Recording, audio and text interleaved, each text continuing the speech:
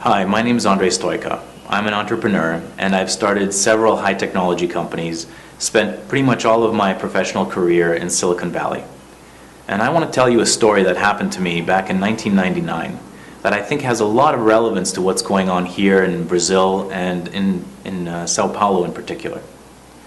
So in the late 90s, a bunch of friends of mine and I graduated from Stanford University, which is a school right in the middle of Silicon Valley. And then we went out and we started a company. At that time, it was the internet boom. Everything was growing, everybody was really excited. It was the first wave of companies to use the internet. Just to give you a sense, if you wanted to do a search back then, you went to either Yahoo or Alta Vista or Excite. You probably don't even remember most of these names because most of these companies don't even exist now. It was before the time of Google.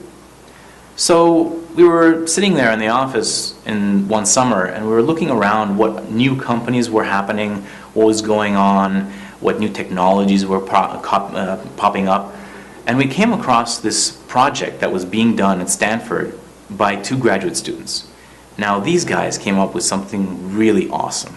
Their search was so much better than anything available out there, but it was still a small project. You could only search within Stanford University.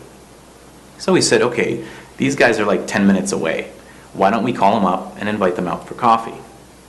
So we went over there, and I still remember the summer day it was. There's only one coffee house on the entire campus. We were sitting there on at a table, and there were these two guys, and then Craig, my friend Matt, and myself, and we're starting to chat to these guys. And they were interesting, and we had a good talk. You might know their names by now. They're Larry Page and Sergey Brin. And you might have heard of their project. It's called Google. It was called Google back then too, but it wasn't a company yet. They hadn't even received $1 of investment. This was just a couple of guys doing a cool research project. So Matt turns to them at the end of the conversation and says, you know, you're intelligent guys. We're intelligent guys. We're doing something cool and we've already got a company. Why don't you come and join? You know, we can make money together.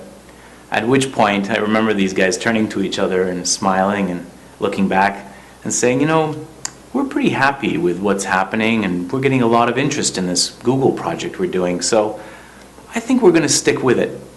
And at that point, Matt turns to Larry Page and he says something that we will never forgive him for. He looks at him and he says, "You'll regret it." So I don't think Larry Page has regretted it because if I come to Brazil these days, I fly United, and if he comes to Brazil, he probably flies his own 747 jet. But that experience taught me two really important things that I think are really very relevant to what's going on here. First of all, if you're in the middle of a revolution, if you're looking at the future right then and there, it's really hard to tell that it's happening. We were looking at two guys who were kind of nerds. They were just like us. They looked just like any other graduate student on Stanford campus.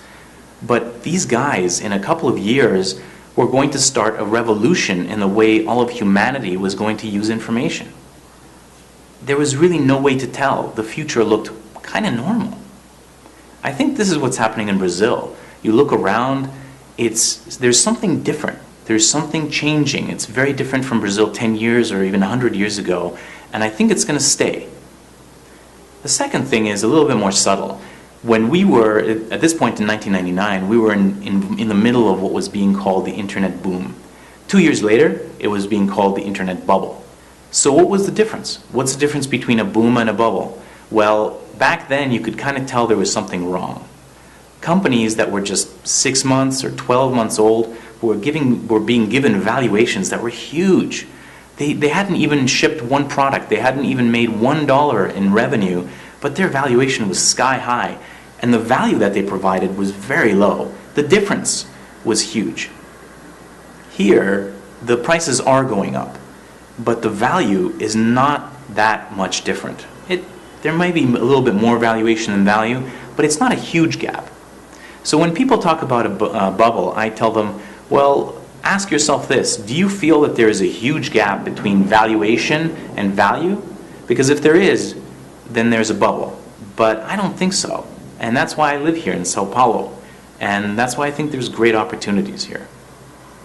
So I hope you enjoyed the story, and that's my perspective.